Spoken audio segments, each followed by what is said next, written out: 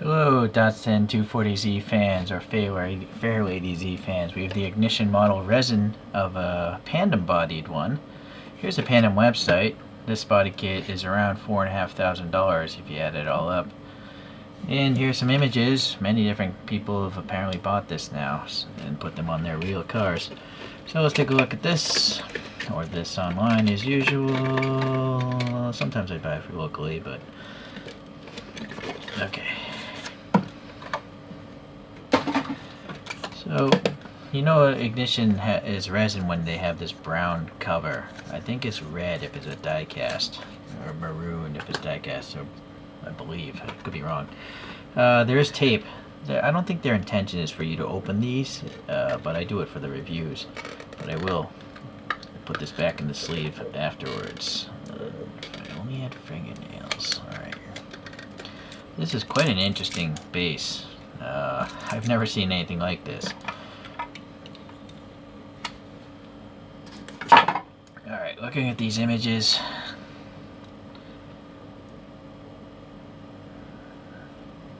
This one's got side mirror, fender mirrors.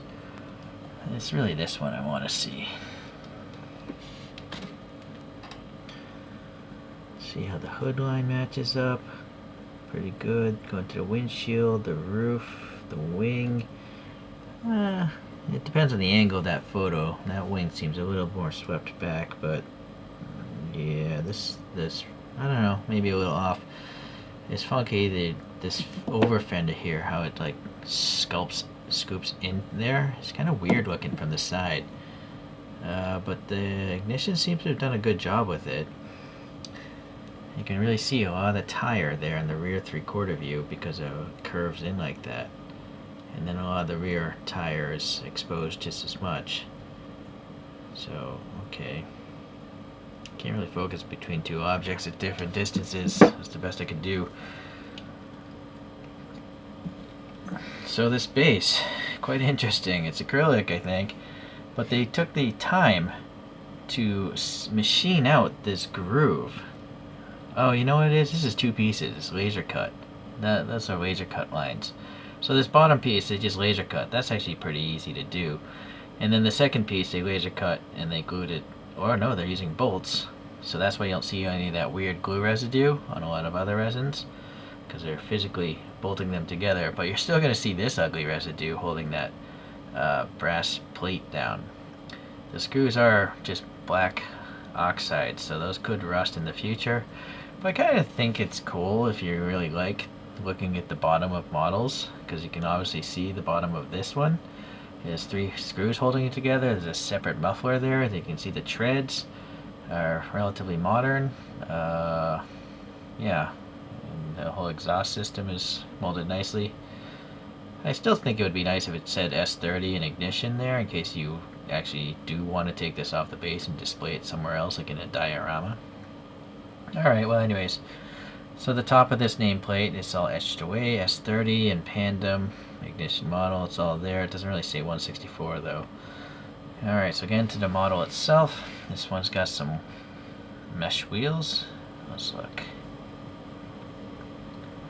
So those are photo etch mesh centers, and I guess this might be a plastic wheel behind it, or they painted that etching. I don't know, there's like a red dot sticking up through it, like the axle thing. So I almost feel like there's a separate piece of plastic with the lug nuts and that red center behind the etch thing. And then you can see this brake caliper, I think, is towards the front of the car. If there is one. I see some sort of color there. It's just the openings of the spokes are so small. The sidewall of the tire looks good. It is rounded, and then it's nice that they have, you know, the Toyo tires and proxies there. The treads under this magnification look a little bit rally style to me, and actually to the naked eye I can still see them, so that's not good. I don't know why brands continually insist on having knobby tires on street cars. You'd be kind of a fool to ask if this rolls. Looking at the paint, it's quite metallic and very fine flake, so very cool.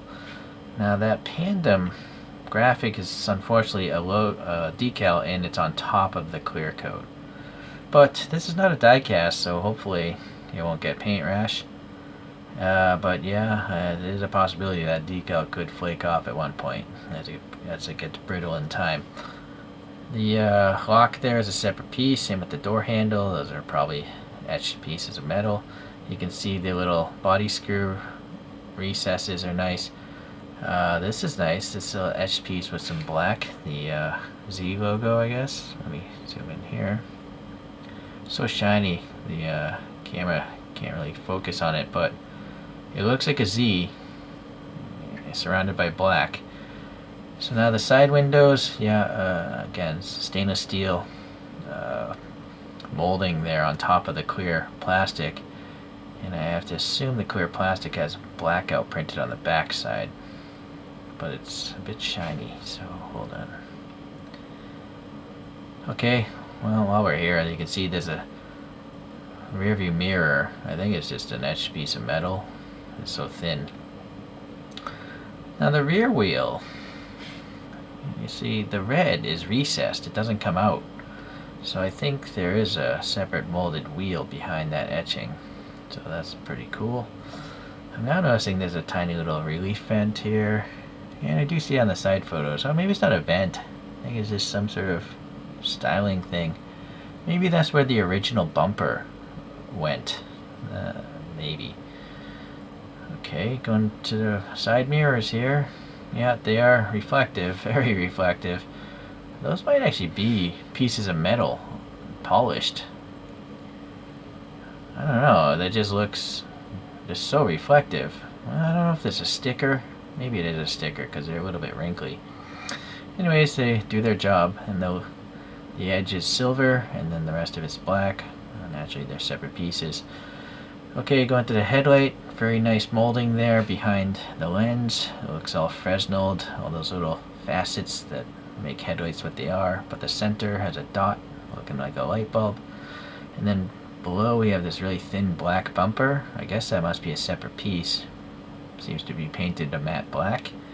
And then below that we have another clear light, probably turn signals if I had to guess. And there's some sort of fragmentation of light going on behind there. Looks like maybe there's two light buckets painted silver behind that clear plastic. Then this brake duct is painted black, pretty nice. And then two little ones here in the center. But then above it, literally openings with something blue behind it. Possibly it's supposed to be an intercooler. It's on both sides. Yeah, okay. This is, hold on here. Yeah, that blue thing is quite recessed if we look at it from here. And also you can see the grill, how it's bent in a V pattern. So that's pretty cool. I mean, I guess maybe I should get the flashlight, but let's try to do 1 lumen. Yeah, it's weird. This side is not blue.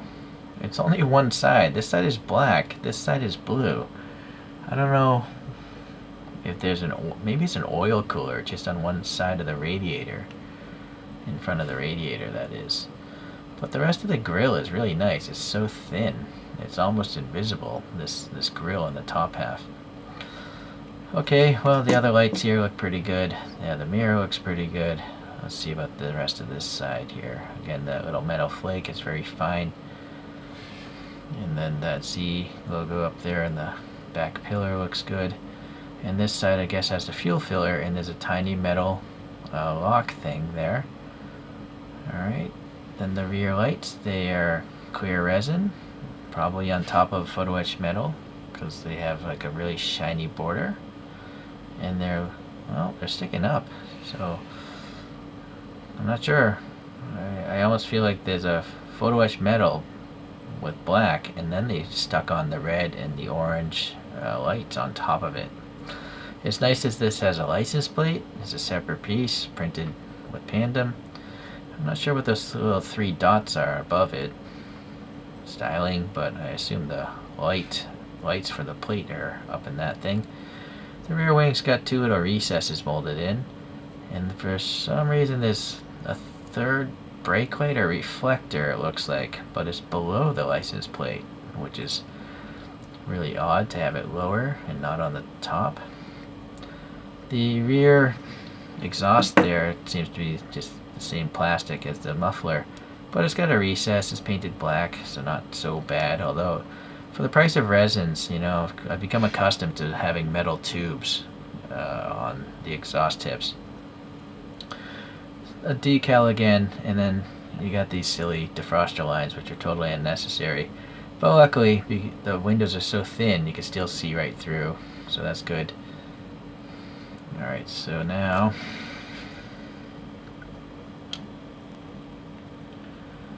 let's see what we can see on the inside of this thing.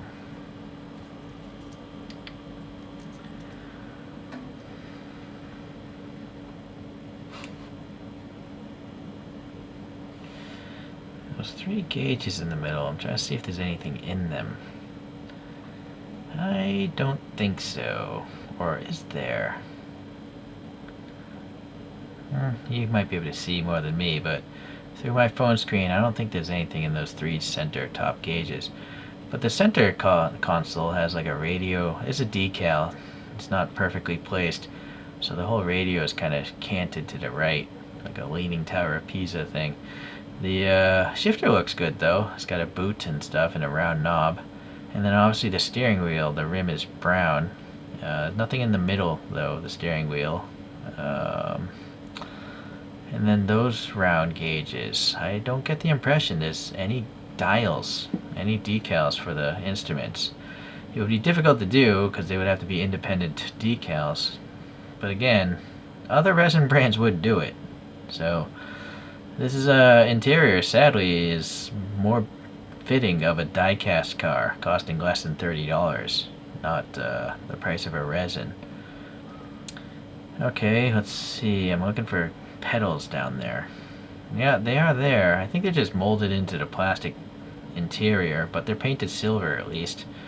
So it's nice to have that detail. But again, if I'm going to criticize, for the same money, other die-cast, other resin brands, I mean, would have photo etched pedals down there, not just paint.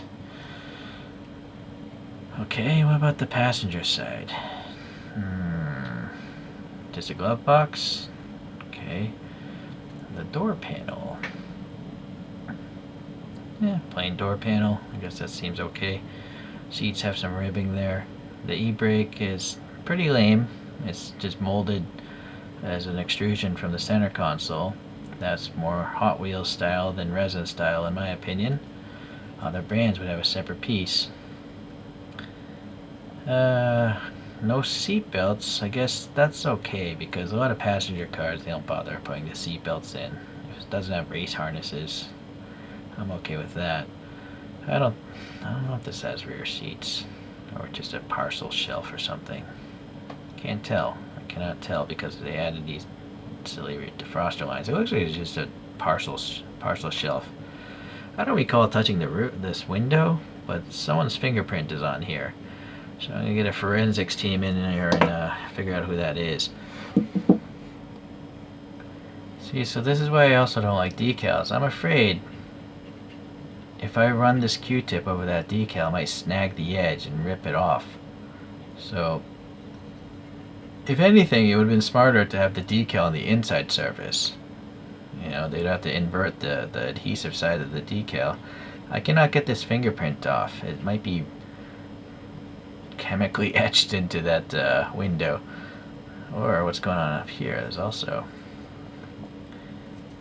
like a paint imperfection there. So I'm gonna have to spit shine that. Hold on a second.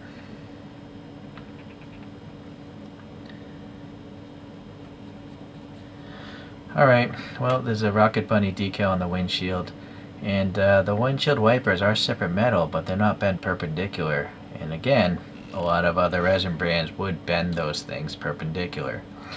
There is black paint in the vents there in front of the windshield, which is nice, and then the way they laid up that carbon decal on the hood is pretty well done, and then there's a Pandem thing on that as well, so I guess that's pretty nice. I think that's everything. I believe so. So get a few other Z's. These are all Liberty Walk treatments. These are all by Aoshima or Aoshima, and I swapped out the wheels with this one has BNDS alloy centers. This has BNDS plastics, and I had some 3D printed brake rotors. And then this one has just the centers put in. So all of them have different Liberty Walk treatments. It's quite nice. That's what the Grachin series is all about. It's just Liberty Walk treatments on various Japanese cars. Yeah, you notice all the taillights are totally different. Well, at least on the Liberty Walk ones. I think I repainted that interior as well as this one so you can see it better. Okay. The only other ignition resin I have is this Hakosuka. And one thing I'm glad that ignition has gone to is the plastic base, because this thing I cannot never open because that fake leather is fused to this plastic box. So if I try to rip it up, it's just going to tear that fake leather off. So yeah, these fake materials, I don't think they're a good idea. You know, this base will never go bad. It's acrylic, and that metal plate's not going to go bad.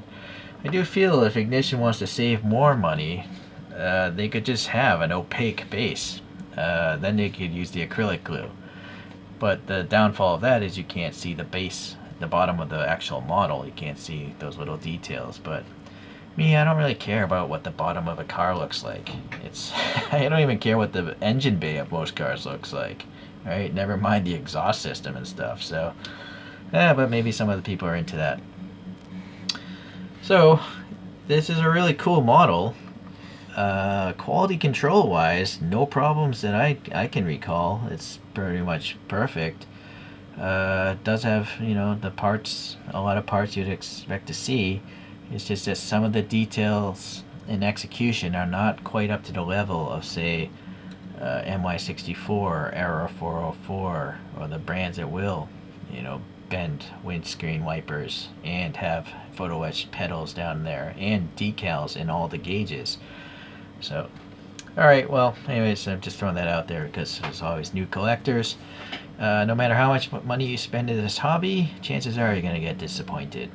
But every now and then, you won't, and today I am not. So, thanks for watching. We'll see you next time around.